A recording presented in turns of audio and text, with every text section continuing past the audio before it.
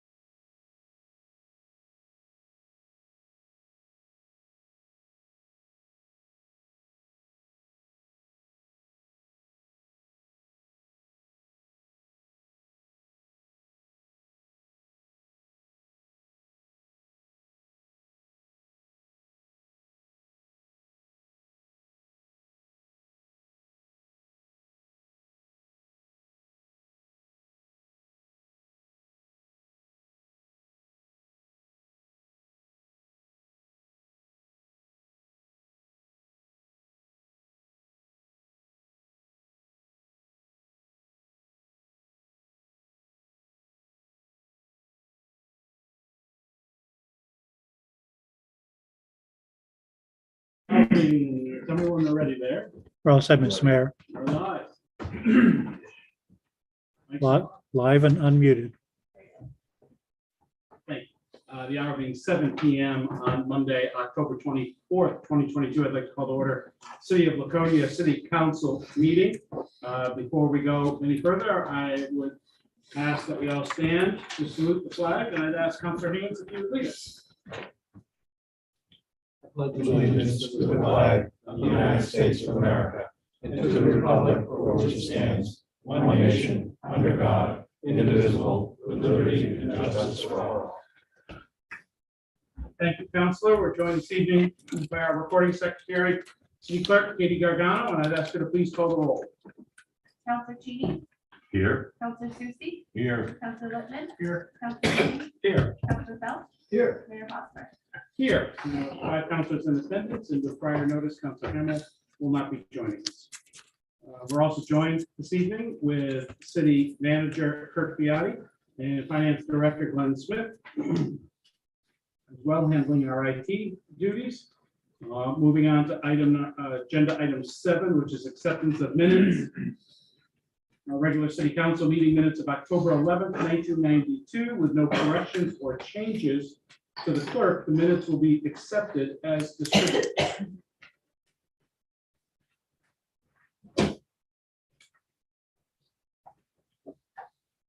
Moving on to agenda item 8, which is our consent and action items. We have a new event here in the city.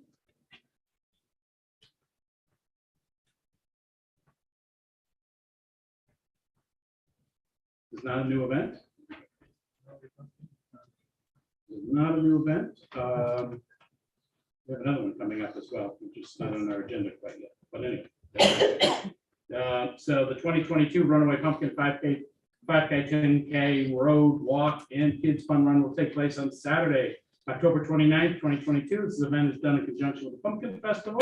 Proceeds from the event will benefit the Wild Trail. This is a recurring event. There are no changes from last year's temporary traffic order other than the date. So right now, I'll be looking for a motion to move to approve the temporary traffic order 2022-15 for the 2022 Runaway Pumpkin event as presented. So made by Councilor Phelps, seconded by Councilor Haynes. Is there any further discussion on this temporary traffic order? Seeing none, all those in favor, please indicate by raising your hands. That's 5 votes in the affirmative, and that motion passes.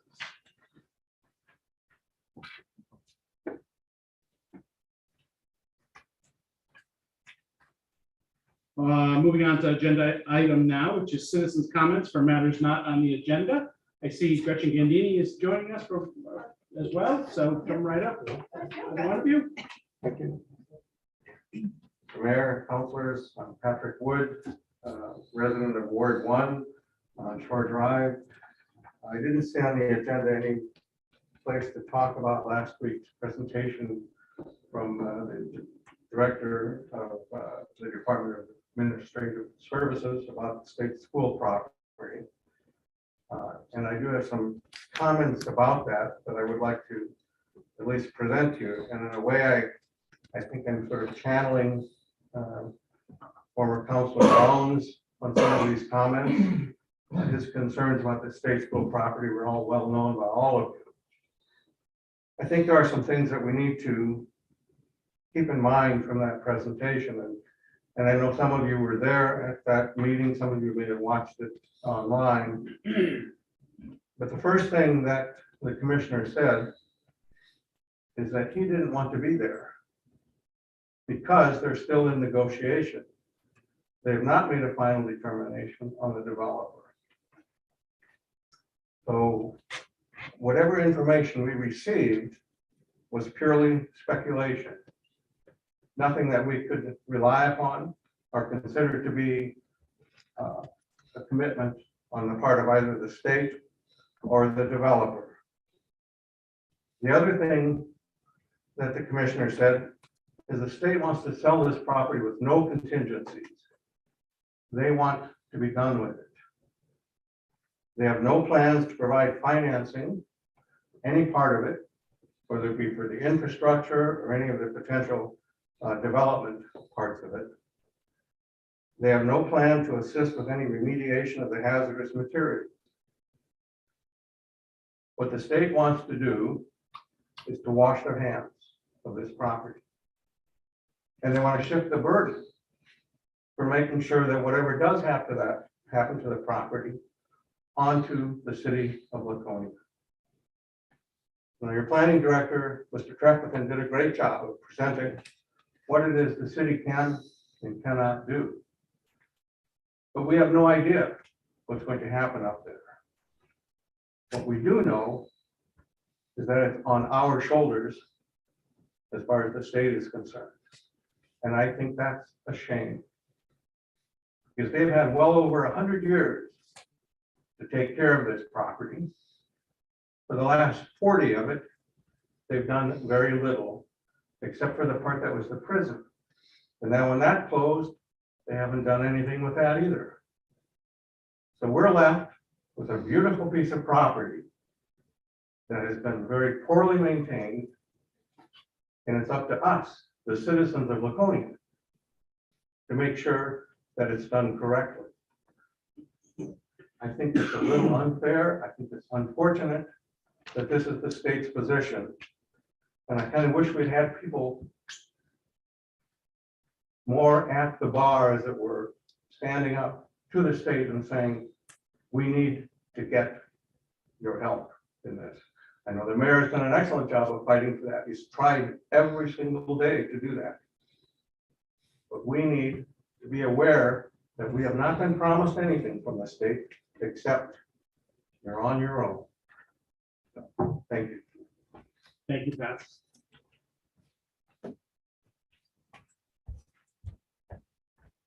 Hi, everyone. I'm Gretchen Gandini. I'm here with my tailored community hat on. I just wanted to kind of come and give a couple quick updates.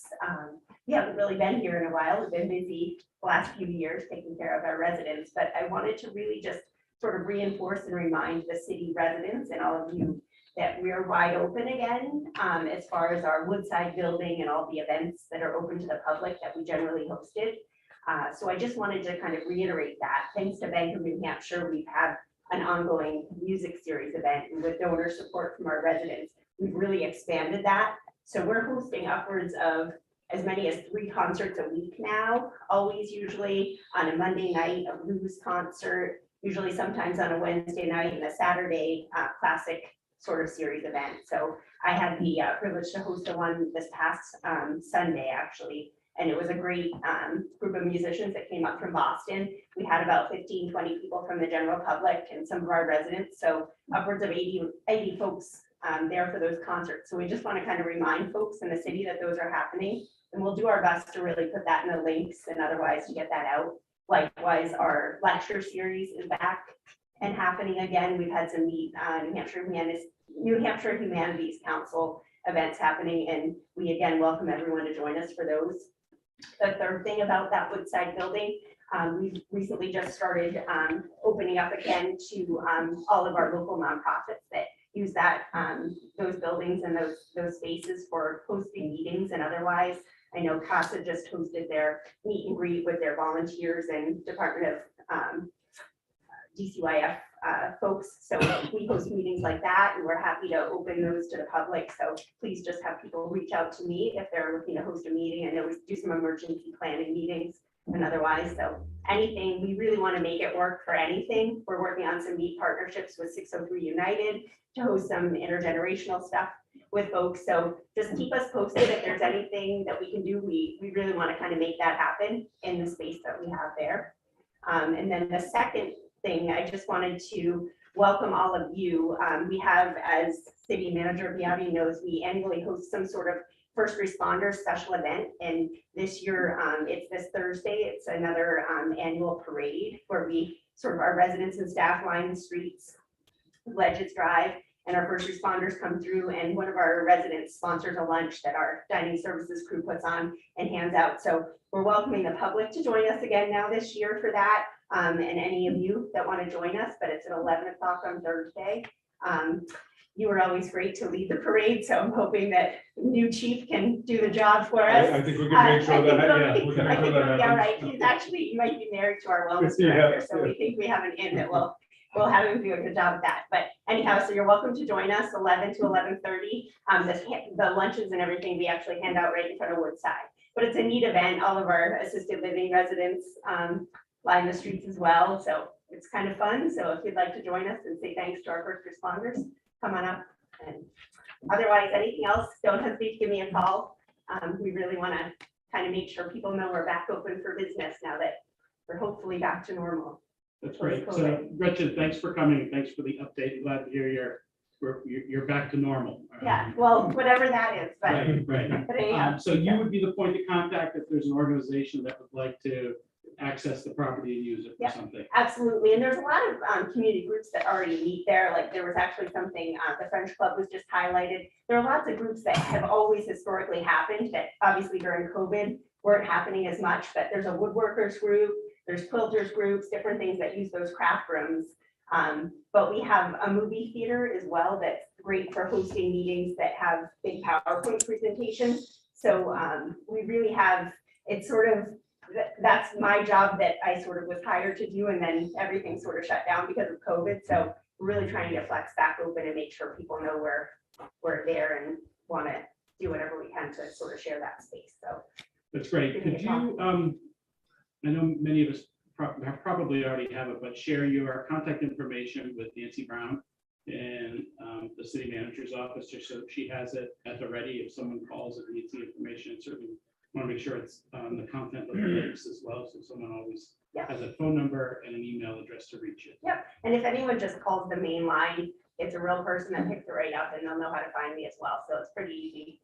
I'm not shy, and I'm usually right around at lunch, so. So All right, anyhow, that's great. thank Any you. questions for Gretchen? No? Thank you. Thank you for coming. thanks for having me. Okay. Any other comments for items not on tonight's agenda? Okay, seeing none. Moving along to 10, 11, 12, 13. 13 is our public hearing portion. The public hearing in regards to resolution 2022-13 relative to accepting grant funding from the Northern Borders Regional Commission, State Economic and Infrastructure Development Grant Program, and authorizing the city manager to sign all the NDRC investment documents that bind the applicant. Notice of this hearing was made available in the October 14, 2022 edition of the Laconia Daily Sun, posted at Laconia City Hall, Laconia Community Center, Laconia Public Library, and the offices of the SAU on October 12, 2022. So I'd like to open the public hearing at 7:13 p.m. And if anyone would like to speak to that matter, now would be the appropriate time.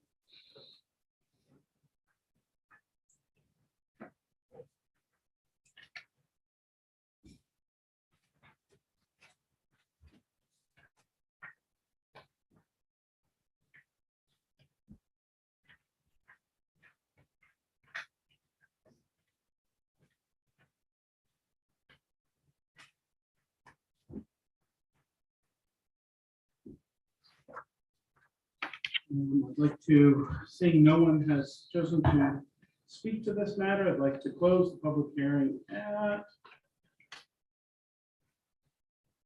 7:14 p.m. and this matter may be taken up under unfinished business this evening. So item number 14, we have an assessment presentation from Steve Hamilton. Nice to see you again, Steve. Mr. Mayor, councilors, thank you so much for having me this evening.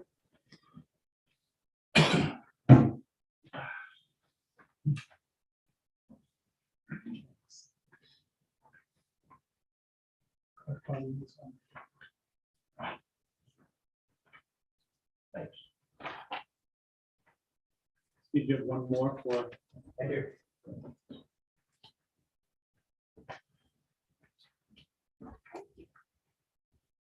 My apologies to the audience. If you'd like one, I'll print a few out after.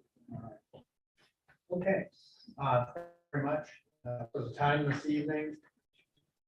Annually assessing the goes through a process of determining market value of the property of Laconia for the purposes of property taxation. When I was here in June, I think it was, I gave you some vision of what might happen to values, and that there was a very large increase in property values over the last year or so. At that point, we had estimated preliminarily that the values were at about 71% of market value.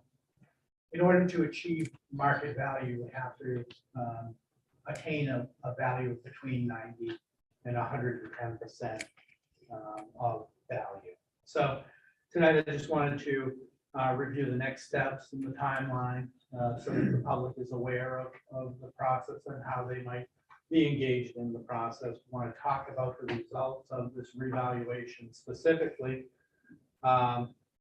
help people to understand what resources are available for them to research the value of their own property, and talk about a little bit about those performance standards and the results of this reappraisal. Typically, we try to get these revaluations completed by the 1st of September. This year there was over 500 sales in order for us to understand the relationship between our assessments and market value. So that was a daunting task. It took a little bit longer, even though we got an earlier start this year than based on the number of sales that we observed. We're going to be posting the individual property values. And these are summaries of different categories of properties. And I think they're reflective of a couple of realities which have impacted the valuation of property. We'll talk about it when we look at the stratified results of the revaluation. We are waiting for some finalization of values from the Department of Revenue Administration on the utility property. We count on them to be able to fill up our utility valuation information. So we're still waiting for them. Ultimately, our goal is always to make sure that the values are present at the Department of Revenue Administration when all of the other entities have submitted their financial documents, so that the tax rate can be set.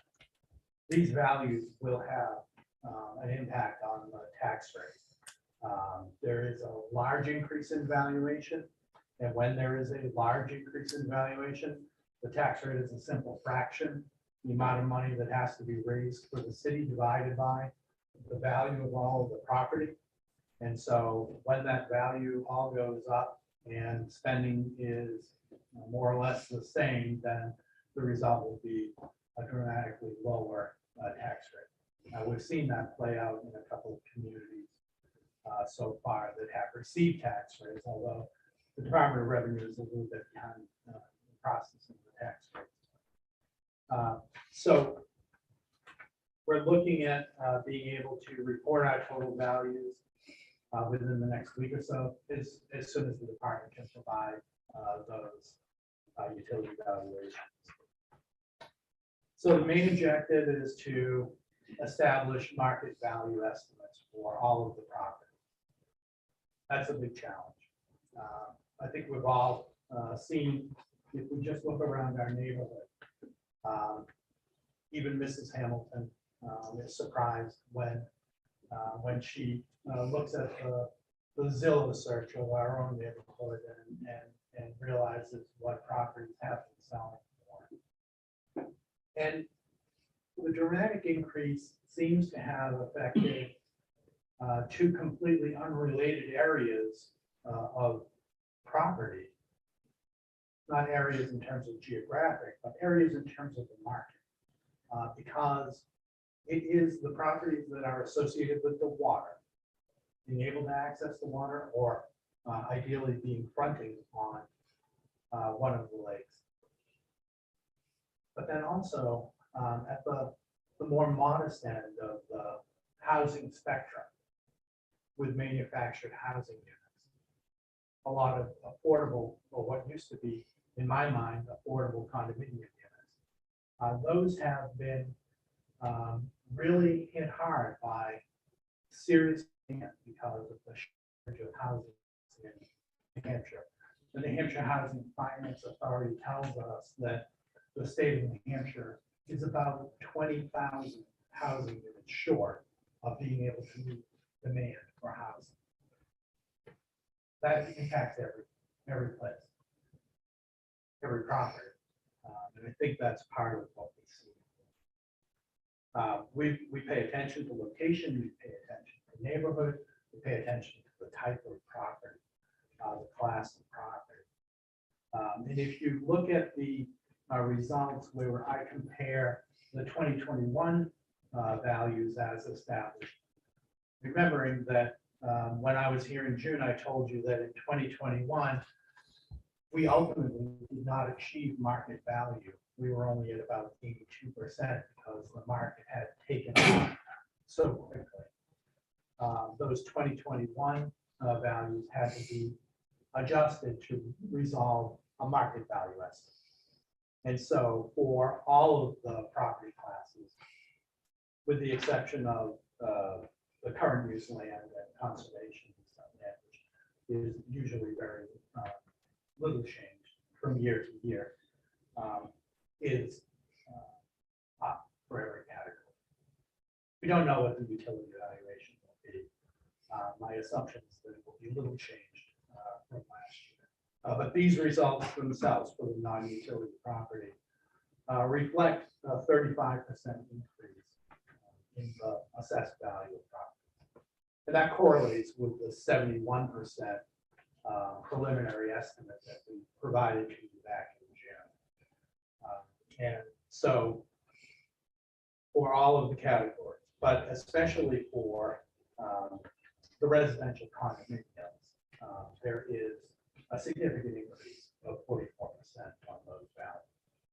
Now, we say residential condominiums, that groups in every conceivable type of condominium unit. So that's everything from a converted seasonal cottage in a small association that may or may not have access to a water body, to townhouses, to a garden style condominium. So it's a very broad category of property. Again, those at the higher end with water access have accelerated more than those in the middle, and those at the more modest end of the spectrum have accelerated more as well. And so this includes increases in commercial and industrial property value. And it applies to the improved properties as well as unimproved properties. Vacant land that may not have a structure on it yet or a house on it yet. The demand has been very high for all of the types of property. And so that 35% is an overall summation of the increase in value. The valuation, there's probably a couple of footnotes I should probably talk about it. It is an overall value estimate. It hasn't considered the impact of a tax increment financing district yet. It's not adjusted for personal exemptions that may apply. It is for a taxable property, though. Exempt properties are not included in these totals. The utility value, we talked about, that will be known perhaps as early as next week. There may be a few minor adjustments between now and submitting the MS1 report as we receive feedback from people who are impacted by the tax bill. There's a slide that shows the overall performance, which the overall performance is of this appraisal is pretty good. It achieves an assessment of between 93 and 96%. That's the range. Based on sales that happened in the year preceding April 1st. So these sales are already over 6 months old that we have to set the values on. And that has a dispersion or a distribution of about plus or minus 15%. Anything less than 20% is a good dispersion of ratio. And it has what's referred to as a price-related differential of 1.03. That measures whether there's a progressive or regressive angle to the distribution of ratios. Between 9.98 and 1.03 is relatively neutral. So there's no bias towards the higher end properties or the lower end properties. If you look at the breakdown, this is by valuation, neighborhood, and use of property. And so there are a lot of categories here, but importantly, the condominium properties, manufactured housing, located in parks. They're not all going to fall within that 0.9 to 1.1 range. Some of them are going to be a little bit slow in getting to there because you can really only push these values so far up the hill before it becomes an overwhelming amount for any particular category. So we try to be somewhat restrained. We used to have a general premise that we didn't want to see any property category increase by more than about 20%, but we couldn't hold to that this year. And I think I shared that with you back in June, but that was not going to be practical given the type of increases that we have. And so that is the results of the revaluation work. From a process standpoint, we're going to be putting a heck of a lot of information on our website. I think it may say tomorrow. That might be a hope more than something that I can promise. But our desire is to see that by the end of the week, there will be access to a lot of information about the old to new values, a way for people to look up their individual property assessment. And certainly, if anybody has any questions at all, we have staff here available to answer those questions any day. The number is 603-527-1268.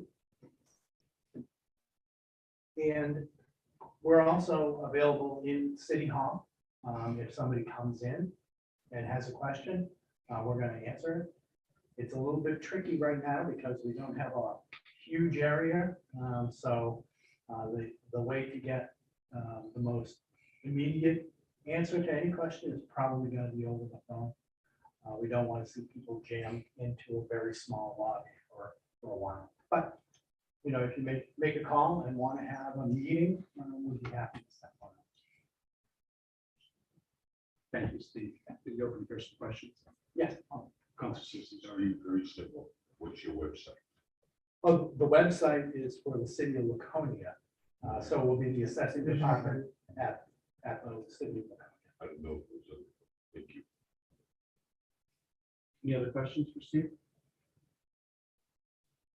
When would you estimate, Steve, that, based on what you know, the timing for the tax rate to be established? You would guess, the understanding it's a guess. So there are a lot of pieces of information that have to come together, not only from I'm just, the I know you city, don't have control, but in terms and of what you would expect from DRA to publish it. the progress of DRA setting the tax rates this year has not been speedy for whatever reason. I'm So- asking a direct question, not to make a watch.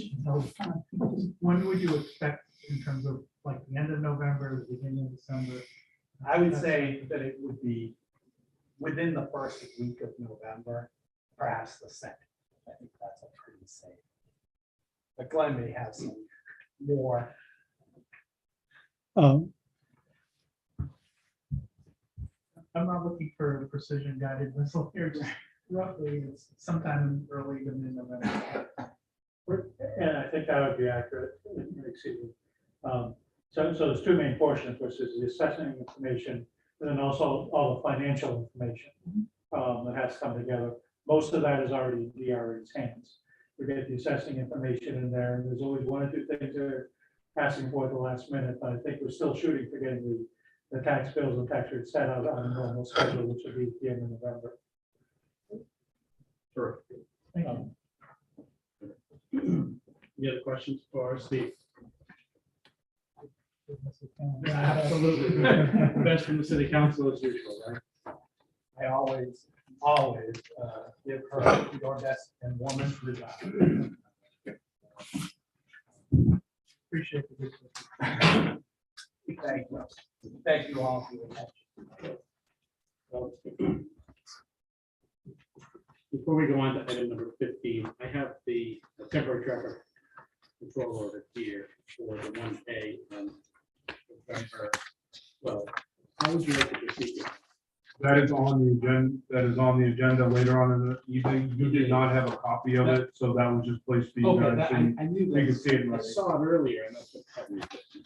Fair. Moving on to item number 15, which is the mayor's report, and I would like to just, without taking too much time, over a couple things, and really I'd like to certainly reaffirm Pat Wood's comments here this evening, and that there's an awful lot in this proposal that we saw for the Lakes Region facility to be, checks a lot of boxes, as I said.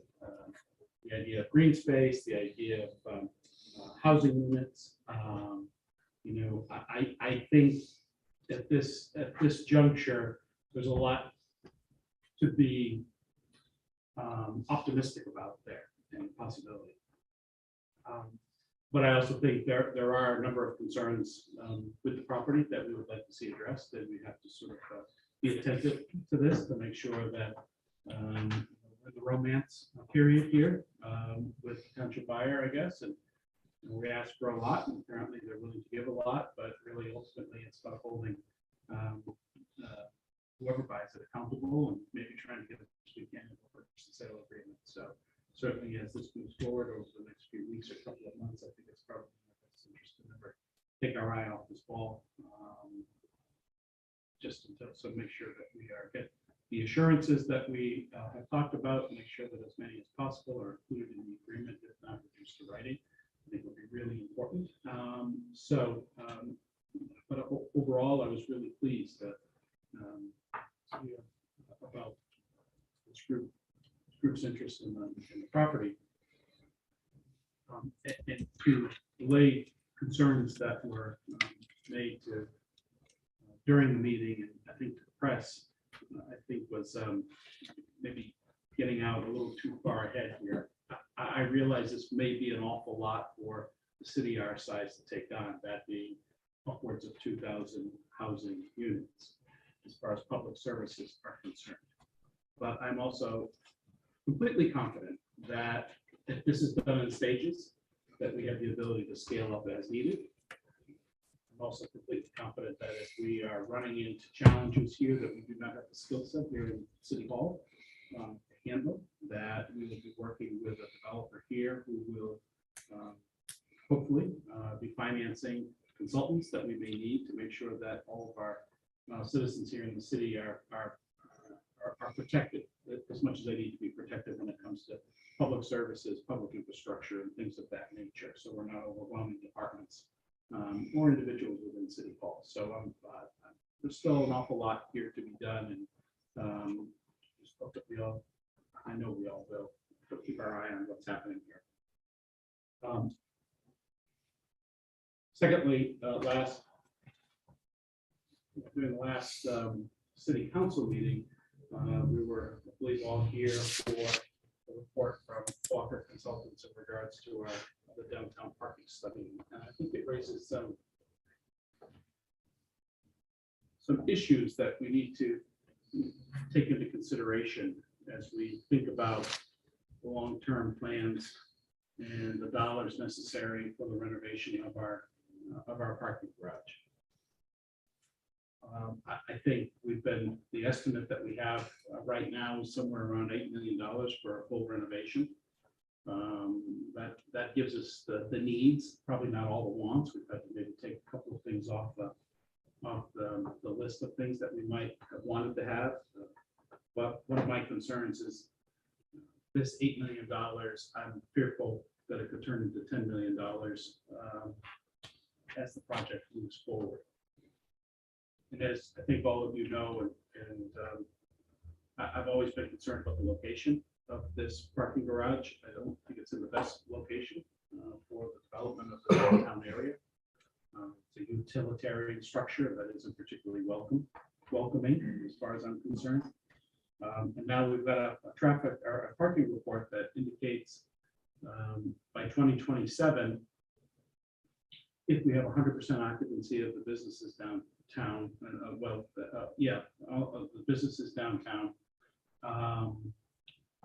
without the garage, we might come up about 35 or 37 spaces short in what would be a perfect storm of all three music venues operating at the same time, a high traffic area for downtown retail business, 100% of the businesses and people going into offices back, and 100% of the vacant buildings leased or owned or occupied. And when I think of that, there is a challenge there. I'd love to see everything occupied and rented. I don't know if we'll ever get back to 100% of people going back to office, into the office. I think this remote work is now here to stay for the foreseeable future. But when I think about the cost associated with providing this extra 37 spaces or more, actually a little more, $10 million, I'm very concerned about the cost of it and what we're getting out of it, and are we responding to a need? And I'm not quite convinced that we are. I don't think the need is there. So I would suggest, and I'd like to see move to our next meeting, a discussion of considering putting this property out for a request for terminology correctly, again, expressions of interest. of this property. And I don't know whether this works or not, but if we go forward and spend $8 to $10 million to renovate it, or we spend $3 to $4 million to take it down and put a roof on it, it's a pretty significant financial outlay for the city. If we put out a request for expressions of interest and let people know that we might be interested in selling this structure, the second and third floor. We might be interested in some form of affordable housing if the structure supports it and there's enough vision. And, you know, I don't know whether that structure can handle it. I don't know if it's cost efficient or not. But I'd like to put it out there and get some feedback from people who might have a skill set in this area and let us know what could be done. Perhaps we are able to transfer ownership of the second and third floor, take the liability, the $10 million liability off our shoulders in the city. And perhaps there's a project and someone with vision out there, a company with vision that could, one, make it functional space to serve one of the needs in the city. And two, you know, maybe do something that is visually appealing at the top of Main Street here. So Main Street becomes, from afar anyway, it looks like a welcoming experience for people to come down here and draws people to the downtown area. So I realize we have spent some money in the city to begin some of the preliminary planning in the city. It's not an exorbitant amount. I still think there's an opportunity to pump the brakes here and not be into this too deeply financially speaking. But I'd like to move that to the agenda at our next meeting and certainly have follow-up discussions with each of you as you'd like, just to talk about what could we do here and is this something that's worth considering before we commit to that level of investment. So I'll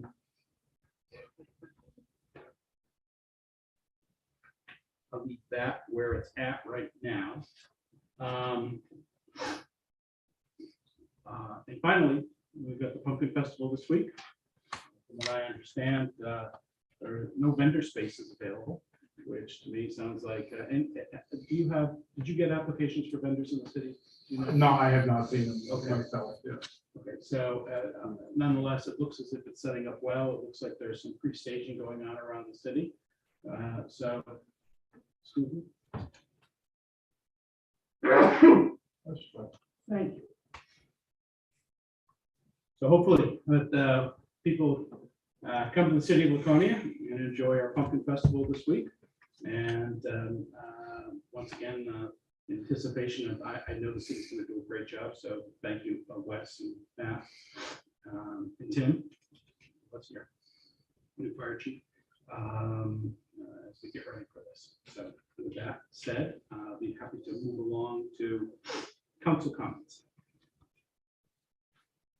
Council chief, Manchester.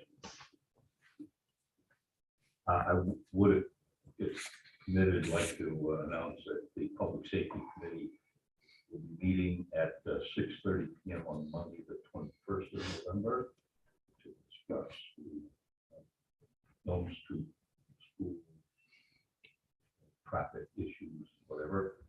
I asked that the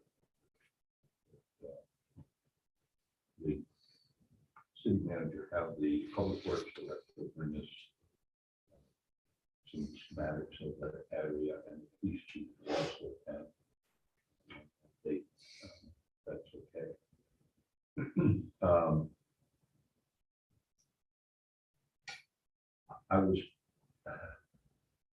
I was at a function recently, and I had a citizen who asked me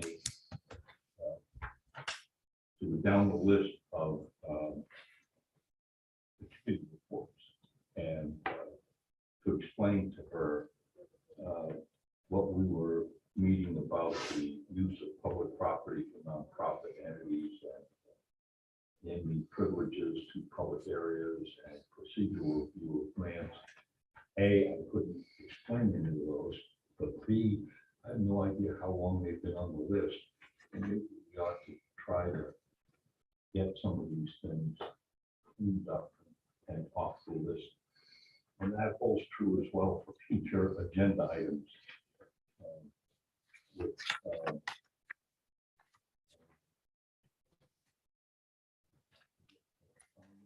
anyways, I'm sure you can look and see, future agenda items have a very similar list. Here they are on page 4.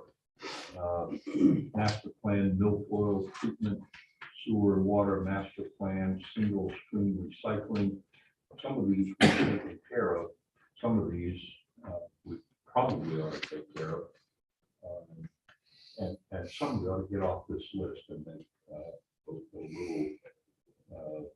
clear and clean it. I was going to ask about Pumpkin Fest. I think I'll forego that to another meeting.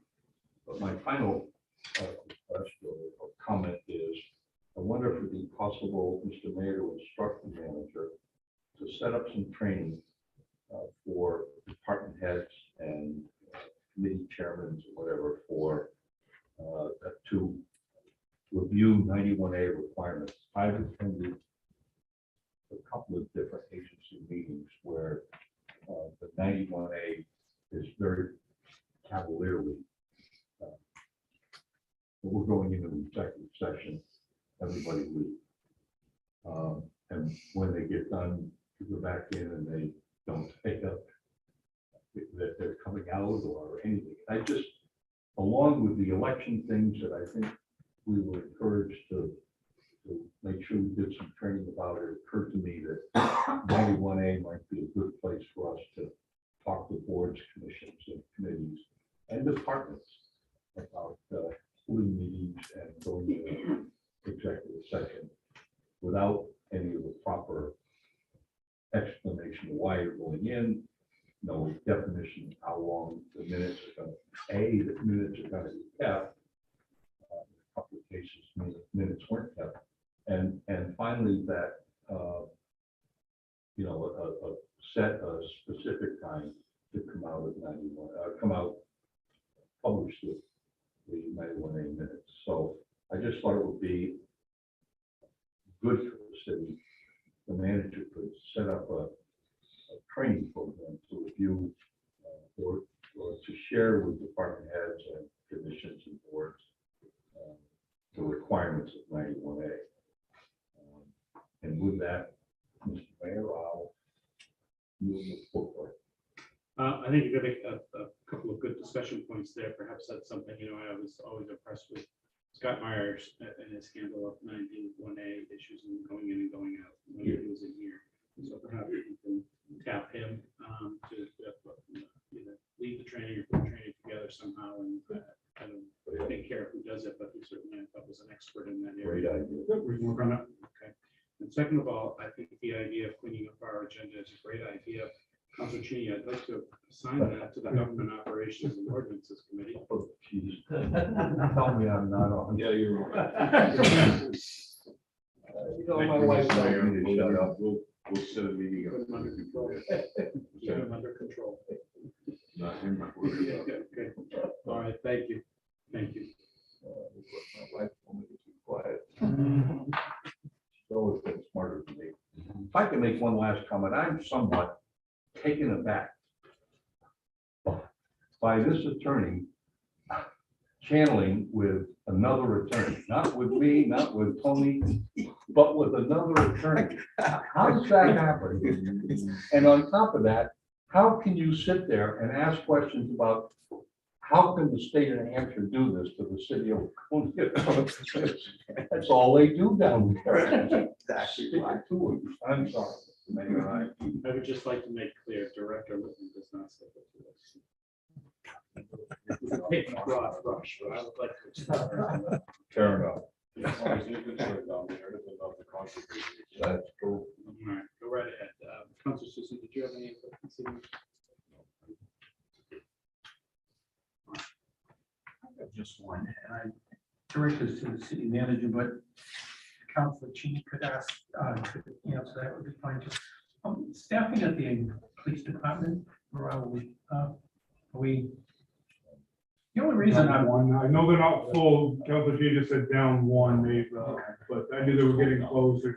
They're close to being and then lose one and then close again. So they're hovering around The it. only reason I asked is that when I read the sign-on bonuses that police agencies are paying. It got my attention and I wanted to make sure that, I'm gonna apply to the academy. No. Wyndham, New Hampshire is giving us $21,000. that's why I asked. Where was this when I started? Well, the state police are part They of didn't my. pay me overtime for God's sake. They won't work overtime now. So are there any other council reports? How about, council comments? You mentioned the parking garage. And then we have a discussion next week. I'd like to ask the city manager, who would like to talk to the works director and get us a real number in regards to taking it down, other than just something out of the cloud. Yeah, we've been working on that. We do have numbers that are, that, for that discussion, we'll be calling. Yes, Council Whitman. In regards to the parking study, I suspect that the parking study didn't have the potential of the development of the property, state school properties. So I guess that's, I think, another factor in terms of whether 37 is the real number or not. And then I guess the other issue is with respect to understanding the expression of interest approaches to understand technically around the ownership structure as to whether if we put an expression of interest out there, can we deliver on our representation? I guess I want to make sure that we have a clear way to represent what we can. What we can transfer and what we can't. Yes, or that would be one direction, right? But there's certainly there's a piece that we, but there are other pieces that are not in our position in terms of whether the expression of interest involves part or all or some, and then what could be done there in terms of that. And then I don't know whether you had specifically thought about the expression of interest covering the part that you just own or whether it is beyond that. So Just the part that we own, I don't. I haven't, yeah, that's just the part we own. I guess the other thing that I know what I don't know how long Council Hamill's going to be up, but I know I'm not going to be available at the next meeting. I'd like to be able to participate in the discussion, so we could consider maybe another time to get together, even if we were to do it the evening that we planned to get together on the 7th. 21st, excuse me. Mr. Mayor, I happen, if I might just add to this, I happen to think you have some very valid points, and we ought to carefully consider this. The only thing I want to caution is we're one urban renewal, one downtown revitalization away from being a ghost town if we're not careful. So we should, I mean, we've got a lot of things going on, things are starting to get better. Let's just make sure that we don't shoot ourselves in the foot.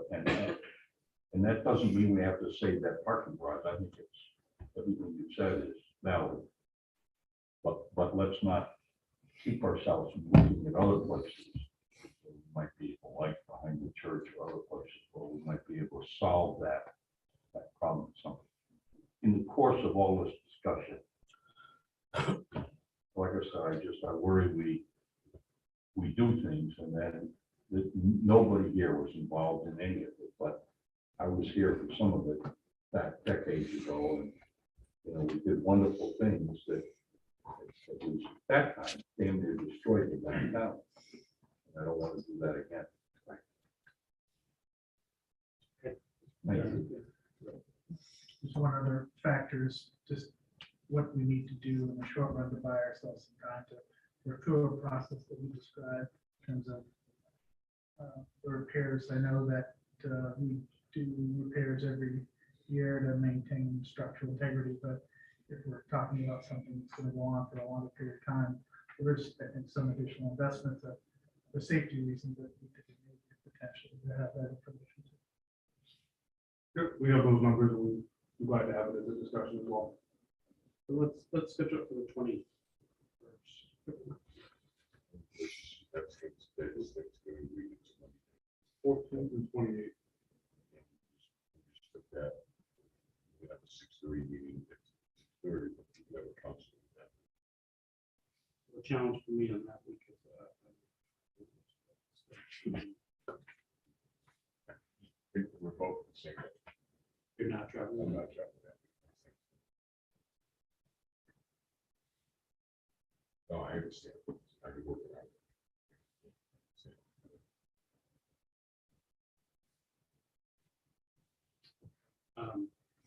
Keep that kind of cool. The following after the 21st, when we go to. The 20, so the 14th and the 28th of November meetings. The 14th and the 28th. Yeah, those are the regular scheduled meetings. Mhm.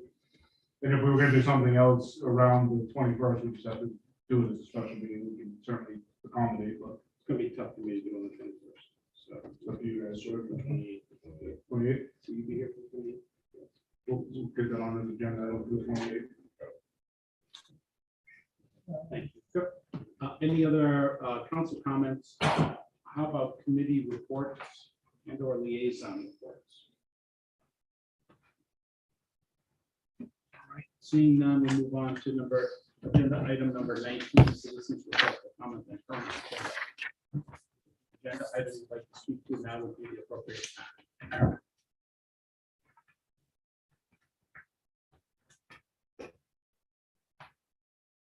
All right, let's move on to item number 20, which is our city manager's report. I'll turn it over to Manager Piatti. Thank you, Mr. Mayor. First of all, I just want to start off by, we mentioned at the last council meeting, you guys mentioned that we were looking for ward clerks and selectmen and all those positions to be filled. I want to give a shout out to our city clerk, Katie Gargano. All those positions are filled. So for this election anyhow, so that's a good thing. But if you are out there that going, oh, I wish I had had a chance to do that, you can still reach out to the clerk's office and they will keep your names. And so when we're scrambling, trying to figure something out, she has a list of names that we can get in there. So great work for everybody getting that taken care of. The project update is in your packet. As it always starts off with some road projects. They're finishing up some final paving, as you can see there, Mass Ave, Addison, Turkey, Van Buren, those areas, as well as some other stuff in Lake Forest, Jefferson, and Franklin Street are all being worked on now. And we're looking to complete those projects by the end of November. The Winnipesaukee River Basin project, if you notice that, the big note in that is, and I know this has been talked about in the past, that they will be looking at pretty significant increases this year of just under $650,000 will be our share toward that. So we're going to be looking at about just shy of a 25% increase in that line in the budget this year. So that is something that won't be the last time you hear about this from us. Certainly, we're working on a plan for how we want to address that next year's budget, and that'll be coming forward as well. Next question, Mr. Mayor. I'll go ahead and finish it. Start back. Okay, thank you. Sewer collection project is going to be starting in the spring. The Native American sculpture, as it says there, it's behind the fire station right now in staging, waiting to be painted and installed. They need to have an engineer come in to work on the base, figure out exactly how they want to do it, and get it set. I did check with our Parks and Rec director, and it doesn't appear that that's going to be a fall project. So we're working on where to store the statue for the summer, for the winter, and so it could be maybe painted during the winter and installed early in the spring. So that is, won't be up before snow flies. The other document in your project is the monthly economic report. As it has continued to do, the unemployment rate has come down. This is right in line with what the rest of the state is doing, and just a touch higher than Belknap County, so we're doing well there. On the second page of that report is the number that we talk about every month, and was asked about at the last meeting. The CPI number, certainly the inflation, as you can see, it's still over 8 at 8.2%. Has come down each of the last 3 months, but barely, and we're annualized out at 8.3. So this time last year, we were just over 4%. So obviously that number's high. It's back towards the tax cap calculation, so we'll be working with all that, but barring anything major happening next 2 months, it'll still stay 8 or just a touch under unless something really weird happens between now and the end of the year. So keeping an eye on that. Unless there's any questions, that's all I have.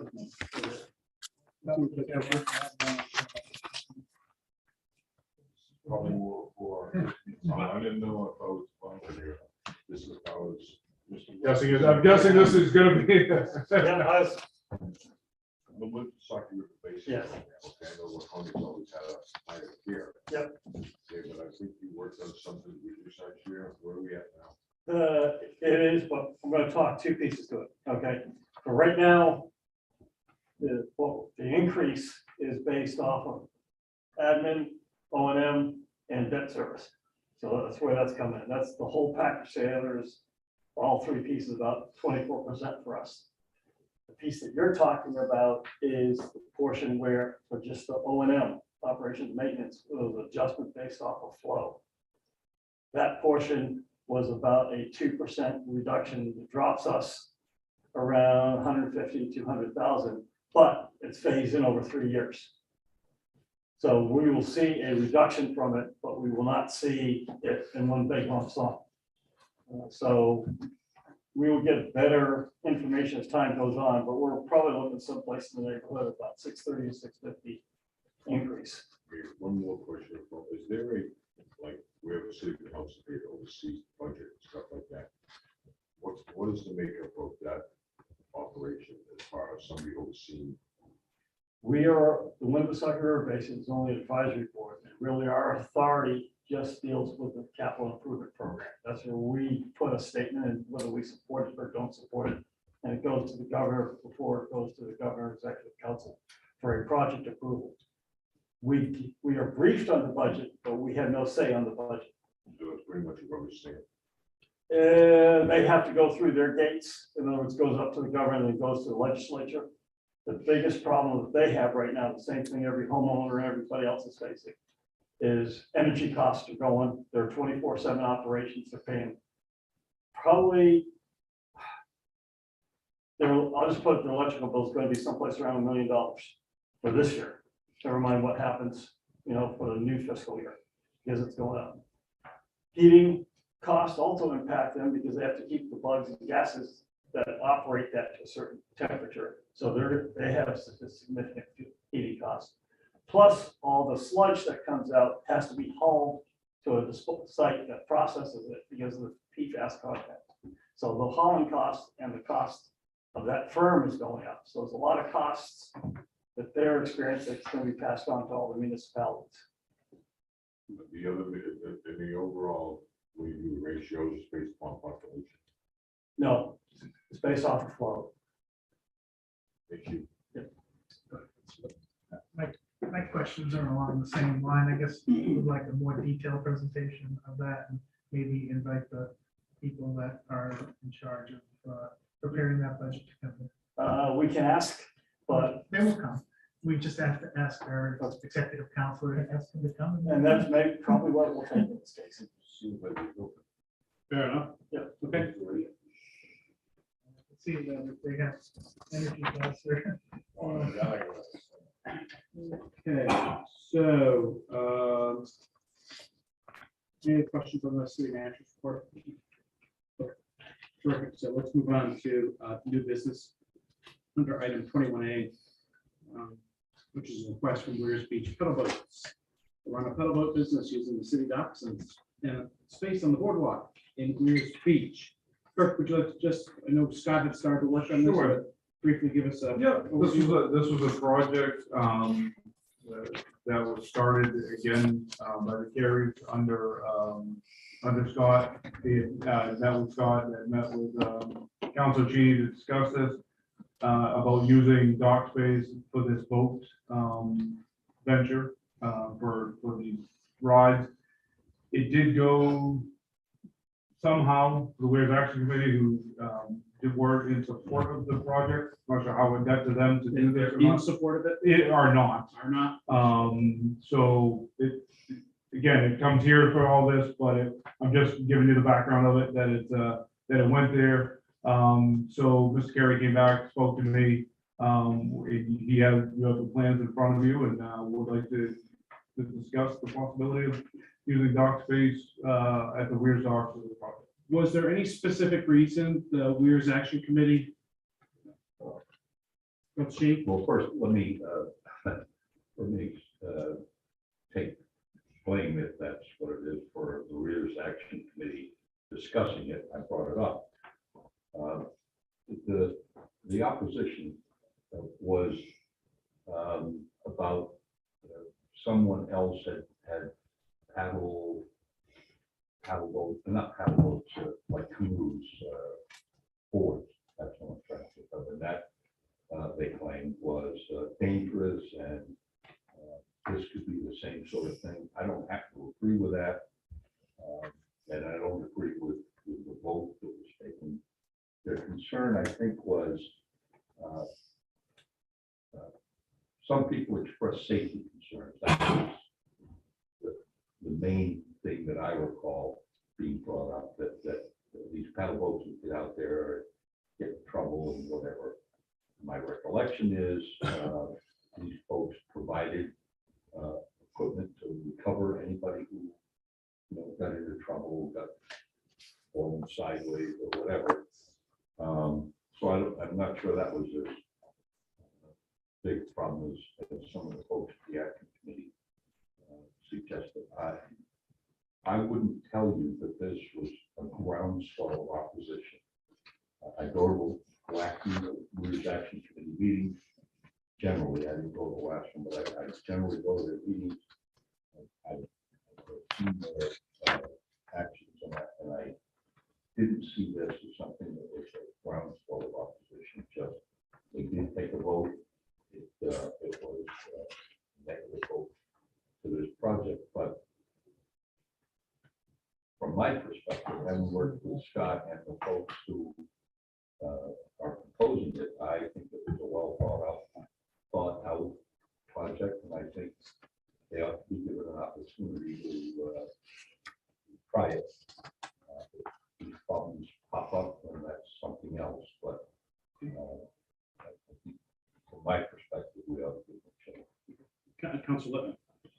In terms of coordination with the Mount Washington, and I mean, I see from the picture on page 34, it doesn't look to be in that, but in terms of dock space and coordination with Mount Washington, we're comfortable with. It's quite a distance back towards the beach, away from the and quite a bit of dock space between them and the mouth. I mean, obviously, I think they have an obligation to make sure their folks stay away from the path of the Mount Washington. That should be part of what they tell people when they start out. But yes, you see them headed in that direction, go get them and bring them back. Are the Carries here? Yes.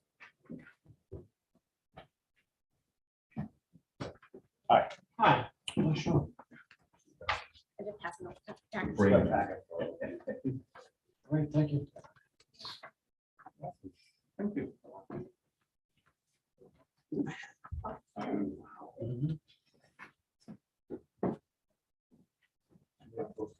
I just wanted so that anybody that's watching from home can see what we're talking about, so.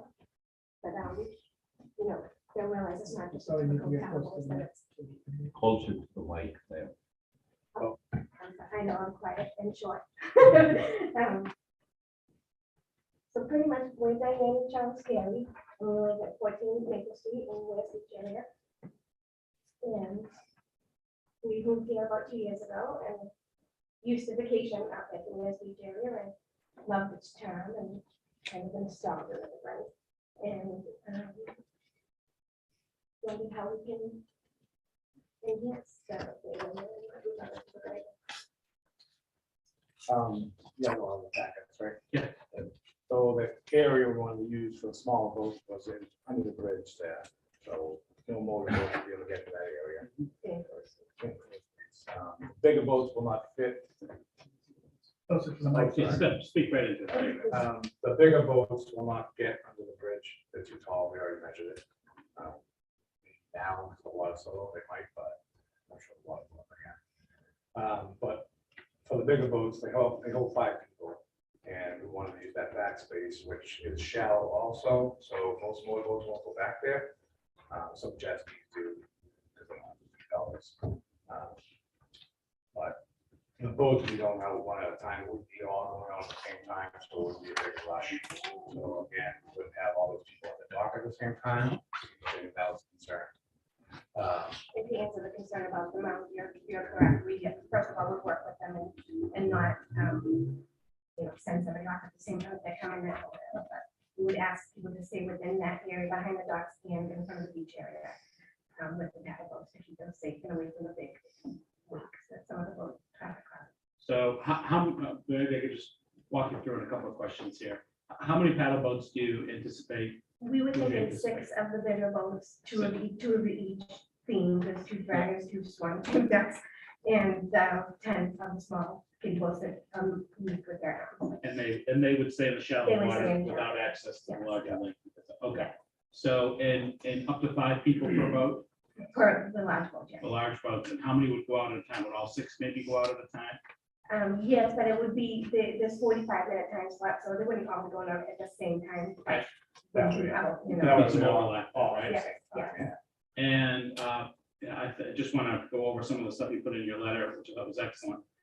Everyone would have life preservers. yes. All right, that's great. So everyone's got a life preserver, even in the kiddie boats. Yes. All right. And if a paddle boat sort of got outside the boundary in an area that might be a little, come into conflict with a motorboat, well, how would you address that? Yeah, well, our phone number will also be on the boats themselves, so that if they need help and they can't get back, then they can call us and we can. Yeah, that's why we're asking for, to be able to put a little John boat or something there, so we can run right out and grab them. Okay, all right, like a tender or Or some jet sort there. skis, yeah, something small, yeah. Okay, so that would always be there in case that we're to have a breakdown or start to drift in an area that might be dangerous. And that I could fit under the bridge and park over in the corner. Okay, So that would be in the way of any other boats taking up dock space, right? okay. Have you run a business like this before? We have not run a boat because we did run a mobile skate park in our old town that got set up on town. So it's an entertainment business, but not boats. Sure.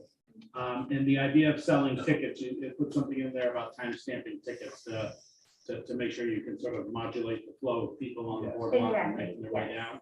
yes. Explain how that works a little bit. Yeah, we're kind of working on the kinks now. We don't really coming up with different ideas, and we don't know whether it should be online. Only you purchase your tickets online for a time slot, or you come to the portable tickets booth that we have and sign up for, a time and use the phone board or something fine when it's time will be here for 10 minutes early or whatever. Okay. before you- But that's in consideration of just being maybe overwhelmed at the top of Exactly, Texas yeah. and having a line and getting people. And we, to play. right, and we have no idea how successful it will be, if it'll be, hope we have big league, but we don't know. We don't know how it will work, so it's really something that. Right, Ultimately, we don't want people lined up on the dock, on the boardwalk. So if we have to, we'll send time. Call them when they're time about. Are there any other questions here? Go right ahead, Councilor Susan. Did you attend the Wiz Action Committee meeting? we didn't know that we were on the agenda for that, so we didn't attend. We are members of the transaction You committee. weren't on the agenda. Okay, There was no agenda item. It was a casual comment on my. okay, yeah, we didn't realize they did, that we vote without being on the agenda. Have you heard from anybody on that, in that committee about why they objected? No, I don't think they really know. It's us. We've only been to, I think, 2 meetings since we started. So, but the first meeting, we went there and we brought up a lot of ideas we wanted to start. And They've all been around for a while, so we Yeah. didn't They really feel all like, knew what- they've all been on the committee for a while, so we didn't really feel Maybe like. that's the reason why they're objecting to you. No, I don't even know if they knew it was us. So yeah, I mean, we didn't have a chance to really. No, I don't think they knew who, if I may. Yeah. Please do.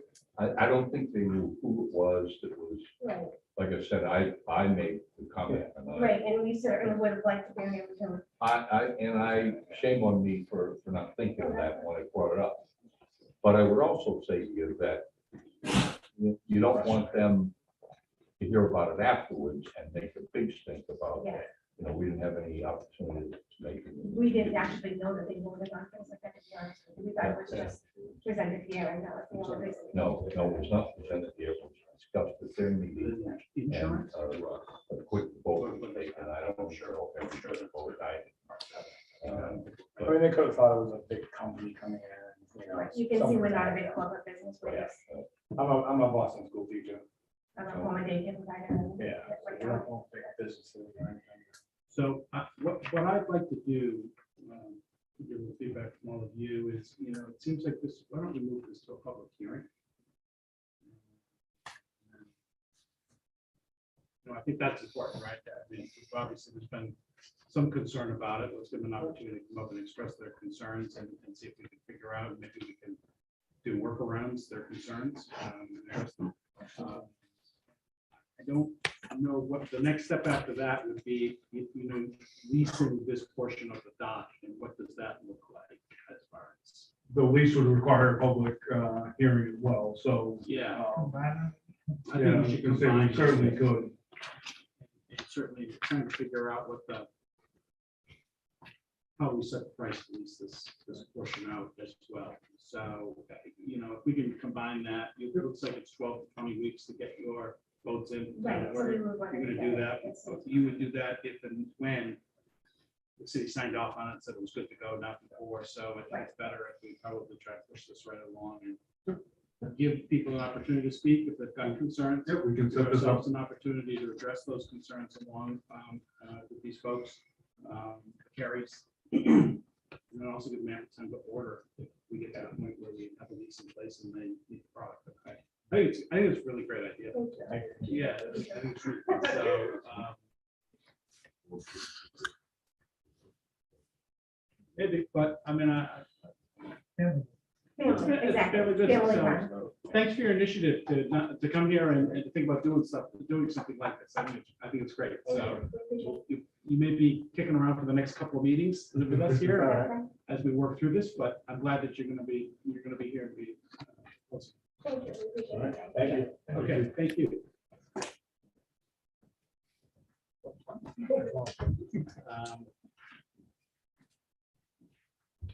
Item number 21B, which is resolution approval of bonding for the purpose of purchasing solid waste recycling containers. Glenn, perhaps you sent this report in, and there was a couple of questions about this. Maybe you could just do a quick presentation for us on this. Yes, Mr. Mayor. Thank you. Thank you, Mr. Mayor. This is a resolution that we hope not to have to bring to you. And the reason I say that is because, of course, these are the containers, of course, that you've been talking about, the automated trash collection. And this was included in the 2023 budget at a level of about $700,000. And a public hearing has already been held on that part of the presentation as part of the budget process. Well, of course, inflation being what it is, since we put the budget together in February, prices have gone up. And now we're back before you, as Wes had stated, with $850,000 required for this. So we're having to essentially redo the public hearing portion of the bond process, and that's what is before you now. So before you have the first step in the bonding process, which is to have a first hearing and hold a public hearing on the bond. Once all that is completed, of course, pave the way for approval if you choose of the resolution, which then kicks the whole process down to the finance committee to handle the details of actually going out and getting a bond. Terrific, thanks. So I think it's probably time is of the essence to move this along and make a decision on a particular interest rates. I'm sorry, before people sit down, any questions of the finance director at this point? I was anxious to sit down. You practically ran. I have one question. Yes. For the chairman of the finance committee. Okay. I'm trying to get. I move one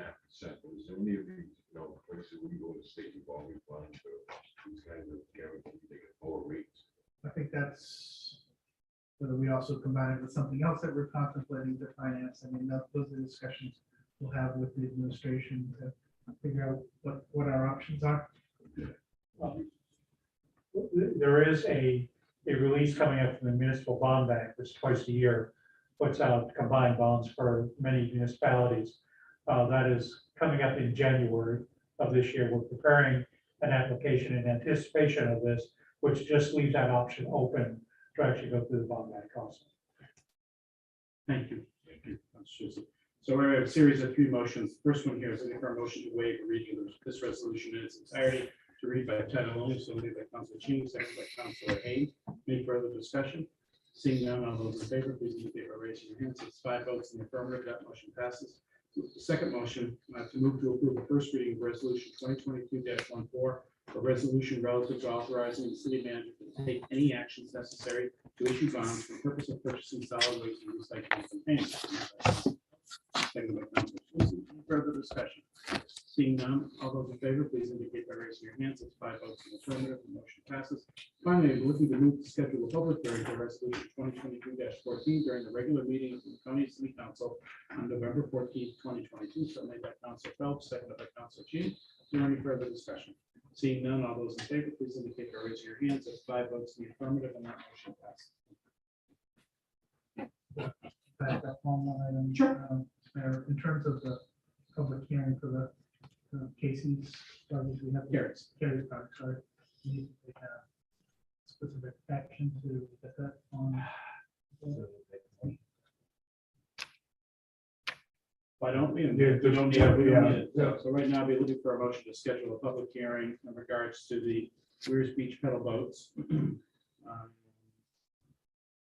for November 14th, the regular city council meeting. So made by Councilor Phelps, seconded by Councilor Susie. Is there any further discussion? Seeing none, all those in favor, please indicate by raising your hands. Thank you. 5 votes in the affirmative, that motion passes. Thank you, Councilor. I guess one other procedural thing, do we need to take a vote for the meeting on the 21st? Committee, usually we do that. No, for committee meetings, you need to.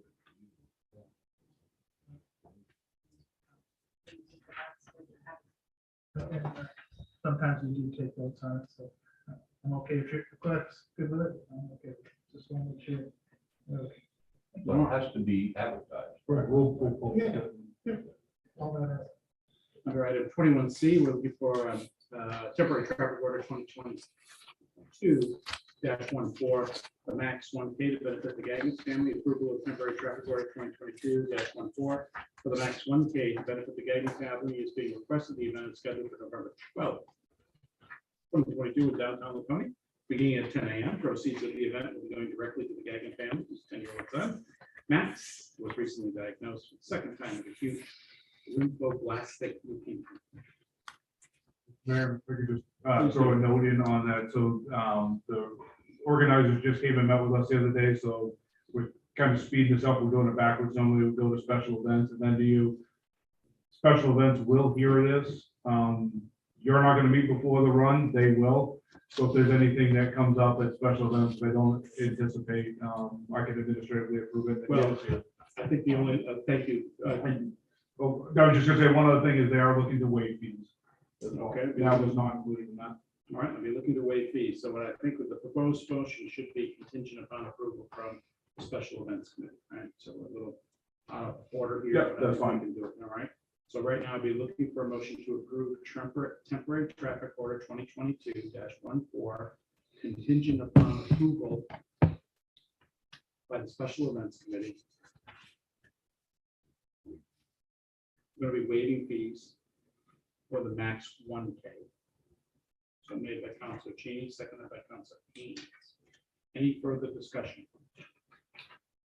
Seeing none, all those in favor, please indicate by raising your hands. That's 5 votes in the affirmative, and that motion passes.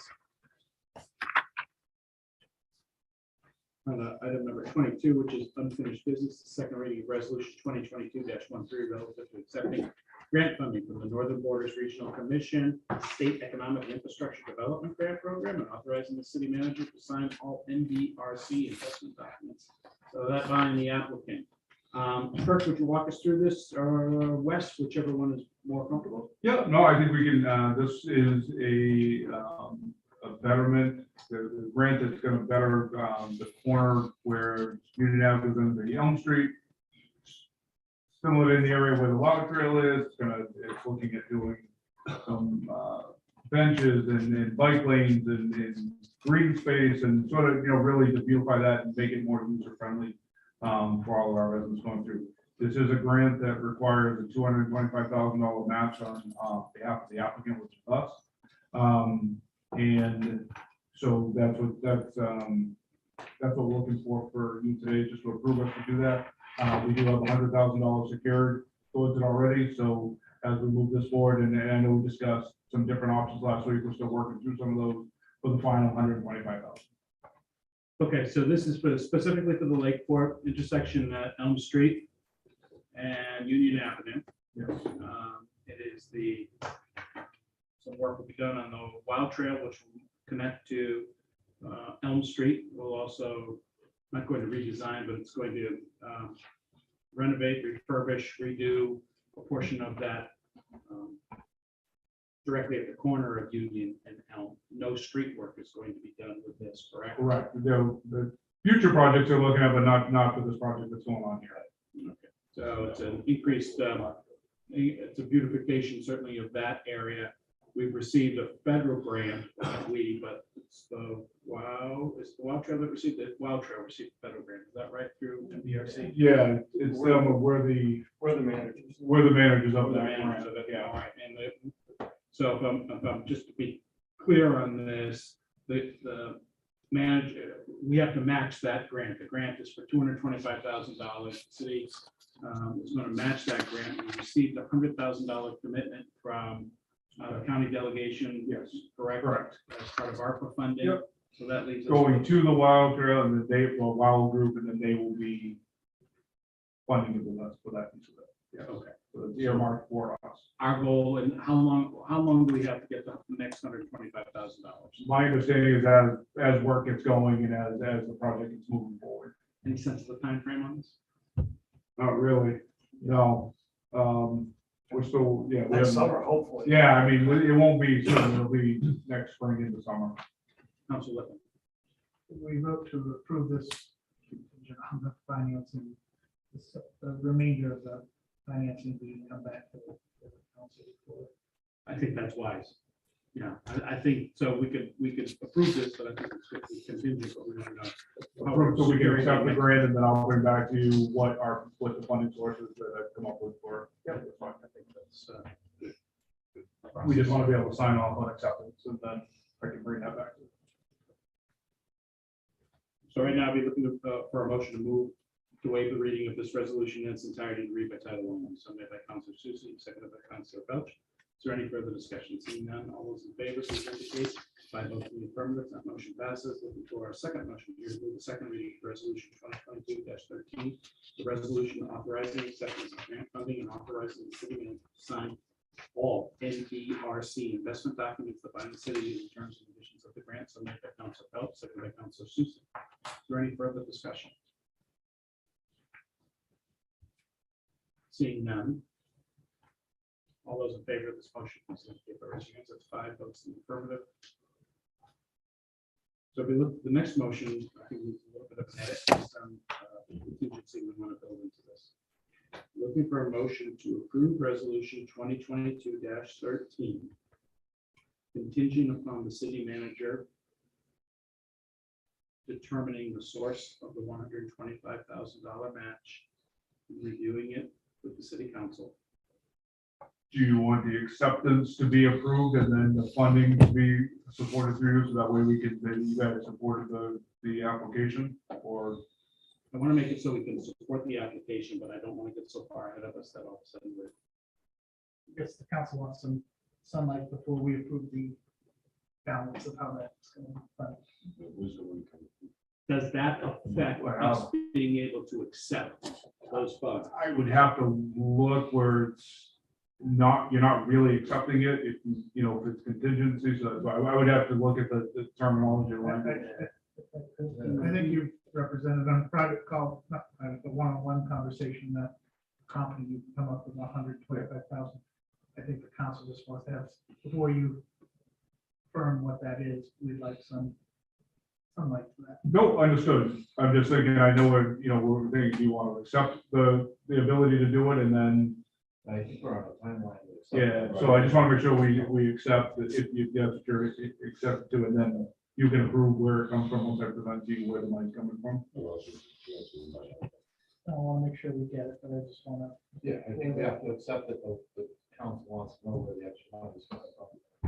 How confident is the manager he could find 125? We'll be able to take care of it. You're fine with it as written? Yep. Council Littman? I trust the manager, so that's not the issue.